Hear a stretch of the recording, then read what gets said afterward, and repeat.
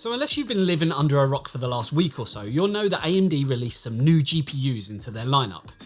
Though when I say new, I actually mean a refresh. This is AMD after all, but while the 6650 XT didn't exactly impress me, the top tier 6950 XT actually did, with its ability to fend off the more expensive RTX 3090 and 3090 Ti from Nvidia. Now, along with these two cards, another entered the mix in the shape of the 6750 XT, which, much like its siblings, is a refresh model of a previous card, but now with a faster game clock, faster boost clock, faster memory, and bigger power draw. Now, with mixed feelings about these refreshes already, I wonder how the 6750 XT is going to fare. But before we get into that, here's a quick word from this video's sponsor. Hello mate, you alright? Yeah, just got all the bits from my banging new gaming PC. Just got to put it together. It's going to be so much better than yours. Oh, right. What did you get then? The latest Intel 12th gen processor, a feature patched motherboard, and 32 gig of DDR4 memory. See? Miles ahead of yours. You realise that board needs DDR5 memory, don't you? Don't tell me you went and bought the wrong stuff.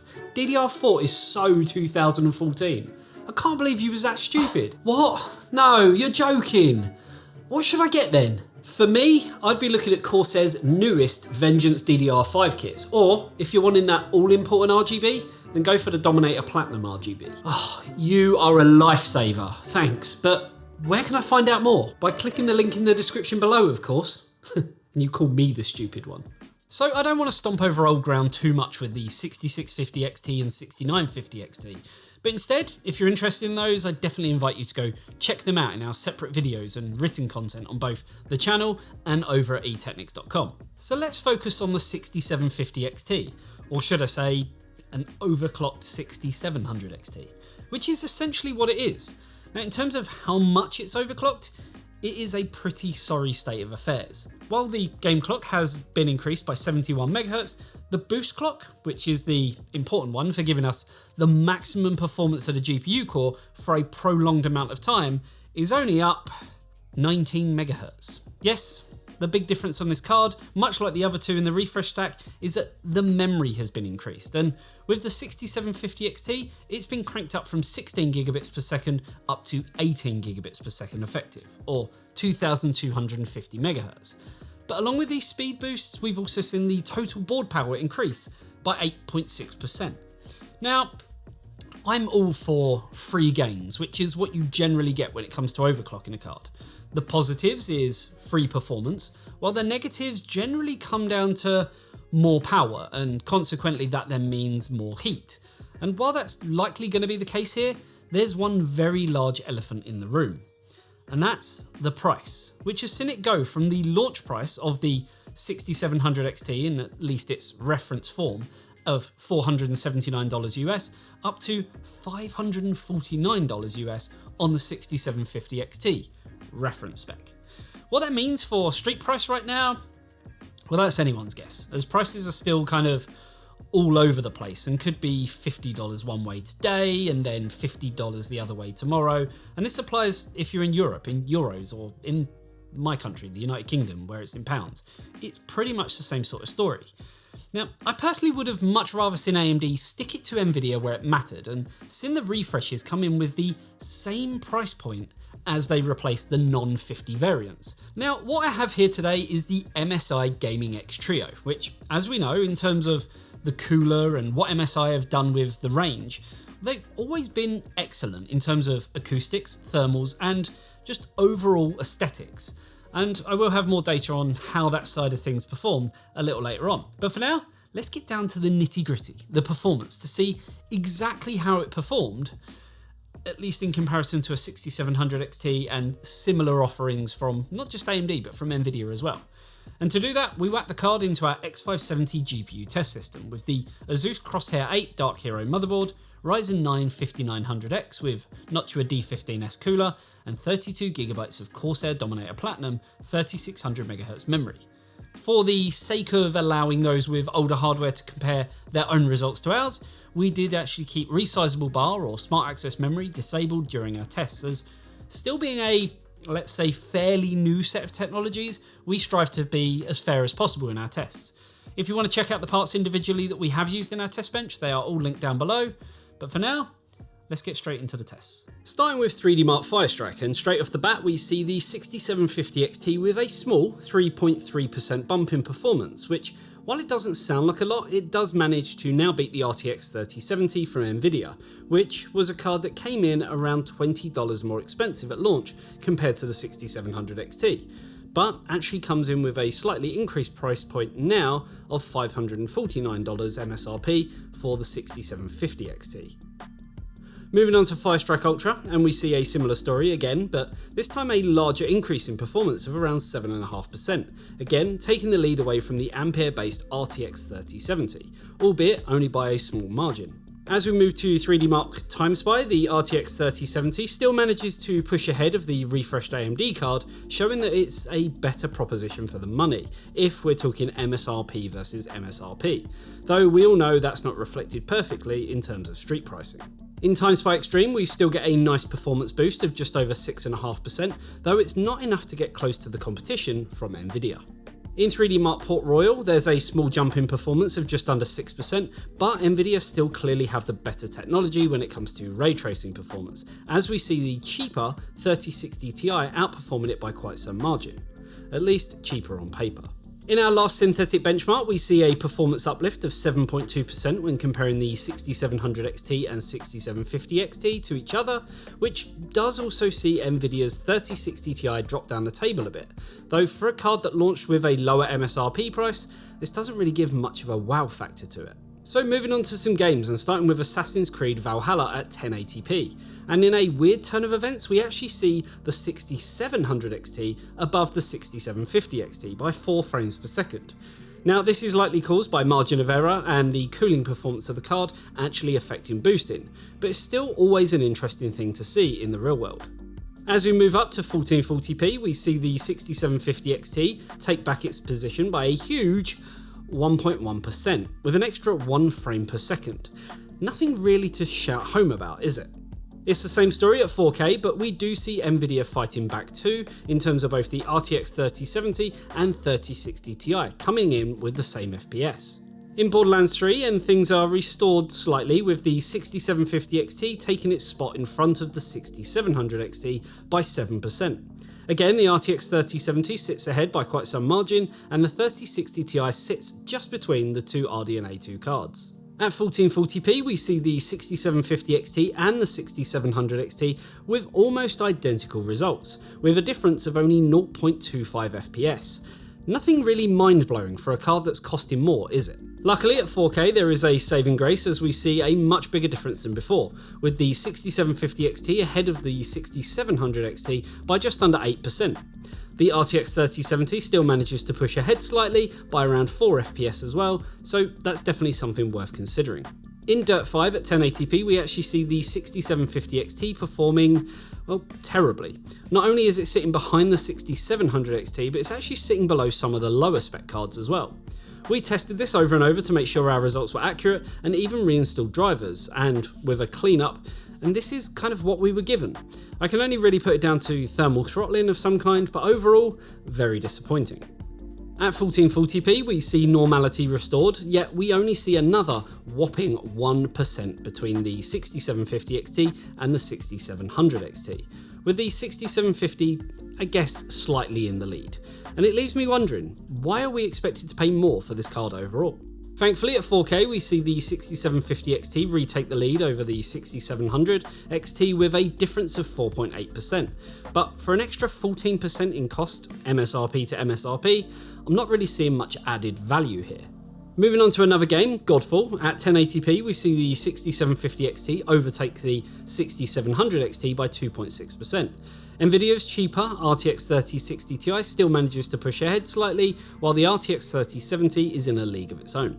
Then at 1440p we see the 6750 XT take the lead again over the 6700 XT by 5.5%, with the cheaper, on paper, 3060 Ti sitting comfortably between them. In Godfall at 4K we do end up seeing a slightly higher result of 5.1%, with the 6750 XT leading the way, again with the 3060 Ti nestled between the two cards, though typically with Nvidia cards demanding a higher street price, it's a tough one to comment on. As we switch over to Horizon Zero Dawn at 1080p, and we see similar results to what we've already seen in other titles. The 6750 XT does have a reasonable lead over the 6700 XT of around 9.8%. Though Nvidia's cheaper, if we're talking launch price, 3060 Ti sits even higher than that. It's a similar story at 1440p with a 6.9% uplift in performance, but still not enough to get near to the RTX 3060 Ti or above. And then at the larger 4K resolution, again we see the 6750 XT push past the 6700 XT by 3 frames per second. And even then, it's still not enough to even scare off Nvidia. Moving on to Shadow of the Tomb Raider at 1080p, and again the 6750 XT shows that its faster speeds push ahead of the 6700 XT, but sadly only by less than 2%. That's not much performance for the extra costs involved. At 1440p it's the same story, a measly 4% performance increase, with the 6750 XT leading the way, yet still falling short of the RTX 3070. And then at 4K we see similar again, with only a 4 frame per second difference between the two cards, and the RTX 3070 only 2 FPS above that of the 6750 XT. Finally, in our last rasterization based test, looking at Watch Dogs Legion at 1080p we see a 1.7% increase in performance for the refresh, though it does seem like the game is limiting performance somewhat as we move up the stack. At 1440p, the 6750 XT takes the lead over the 6700 XT by 4.5%, though the cheaper, at least on paper, 3060 Ti pushes ahead ever so slightly. Finally, at 4K we see the 6750 XT sitting just above the 6700 XT by around 5.8%, yet it's still not enough to beat off Nvidia's, again, cheaper, on paper, 3060 Ti. So let's move on to ray tracing, starting with Dirt 5 at 1080p with RT shadows on, and we see the 6750 XT sitting at 116 FPS, which is significantly higher than the 6700 XT, with a 23.6% increase. Again, we retested several times and kept seeing this strange anomaly, as yes, I'd expected it to be higher, but not by that much.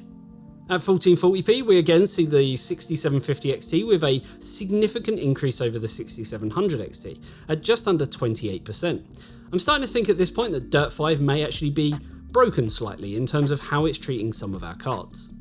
At 4K we see things aligning a bit better with a smaller gap between the two cards than on the lower resolutions, yet still seeing the 6750 XT ahead of the 6700 XT, but only by 6.4% this time. Moving on to Godfall at 1080p with ray tracing set to quality, and we see the 6700 XT falling behind by around 8 frames per second. The 3060 Ti is still ahead, but only by just over 1 FPS. At 1440p, we can see both cards are fighting for the top spot, with the 6700 XT right behind the 6750 XT, with a difference of 3.4%. The RTX 3070 had a bit of a rough time here, and after talking to Nvidia about the results seen, they laid blame on the game and not their technology. Looking at 4K, we see a difference of 5.1% between the two cards, with the 6750 XT coming out on top, though I think if the game was better geared towards both AMD and Nvidia cards, we'd see a much different picture here. Booting up Metro Exodus, and at 1080p we see the 6750 XT ahead of the 6700 XT by 4.9%. The 3060 Ti pushes ahead by quite some margin, and the RTX 3070 is way out in front. At 1440p, the difference between the 6700 XT and 6750 XT starts to increase by around 7.6% and pushes it over that magical 60 FPS number that most gamers crave. At 4K, it's pretty obvious that even with a performance uplift of 7.2%, you're likely not going to be buying anything in the mid-tier range to play a game like this at those settings. Finally, Watch Dogs Legion at 1080p with ray tracing set to Ultra, and well, we see a pretty dire 3 frames per second increase over the 6700 XT. It's nice getting extra performance, but sadly not at the extra costs that are being demanded. At 1440p, that difference between the refresh and its predecessor draws ever closer, with only 1 whole frame between them. Exciting stuff, right? And finally, running it at 4K, we see the difference being pretty negligible, with only a 1 FPS difference again. And at this low of a frame rate, I can't see you wanting to try and play it anyway. Okay, so let's talk about the card I have here before we look at the 6750 XT as a GPU from AMD. And first things first, I only have one card here, which always makes it difficult to comment too much on, as I have no basis to compare things against. What I can say is that the MSI Gaming X Trio is a kind of personal favourite of mine, and when looking at GPUs myself, it's always a model of cooler that I've always held, I guess, high regard for. Looks wise, they typically seem to fit into most systems quite nicely, and I've always deemed them as on the higher end of the scale and in that kind of premium category.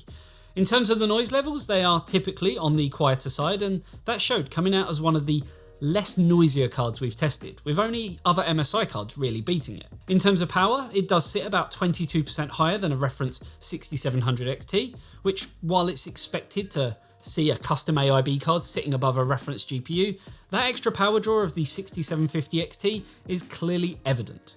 And finally, looking at temperatures, it came out kind of right where we expected it to be. AMD are typically the hotter cards at load, with cooler cards typically being lower end from AMD or from Team Green. Now, being a custom AIB card, for complete transparency, the 6750 XT Gaming X Trio does come in pre-overclocked, above those already raised speeds.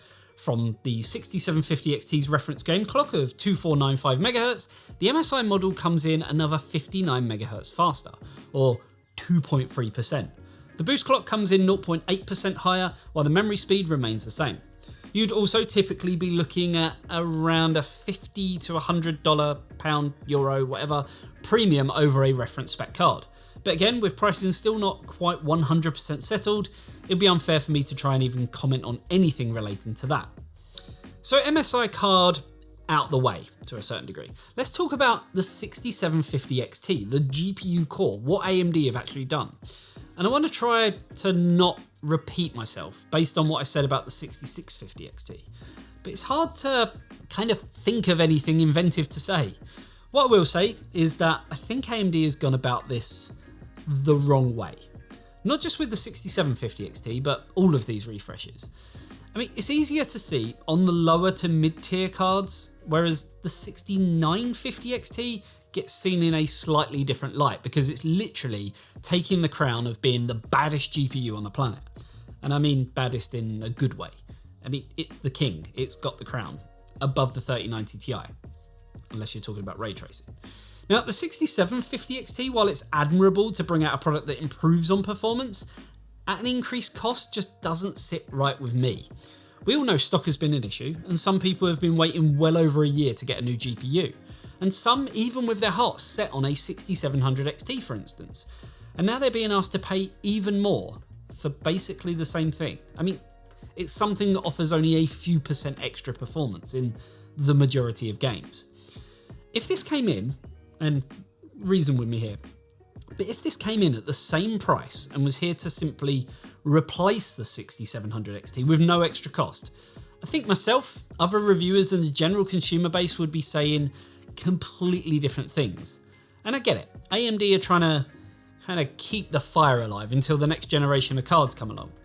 But it still puts it as a better proposition when looking at the street pricing of anything from Nvidia that performs anywhere near the same level.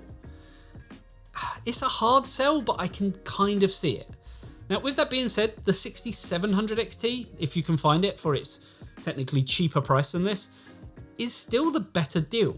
And if you want more performance, just overclock it and you'll likely get around the same results, give or take a few %, and you probably wouldn't even notice then. I don't know, maybe I'm onto something, maybe I'm not. Let me know what you guys and girls think. Are you in agreement with me? Are you simply gonna wait until the next load of cards come, not just from AMD, but from Nvidia? Or, I don't know, are you gonna buy one of these refresh cards or buy one of the pre-refresh cards? If the rumors are kind of anything to go by, they may be along a little bit sooner than you think. I guess we're just gonna have to, wait and see. Hopefully you enjoyed this video. If you did, a like on this video and a sub to the channel would be refreshing. See what I did there? And if you love what we do, consider signing up to our Patreon. It gives you a ton of goodies, including full access to all of our testing data and much, much more. And with that, I'll see you in the next one. See you later, guys. Bye-bye.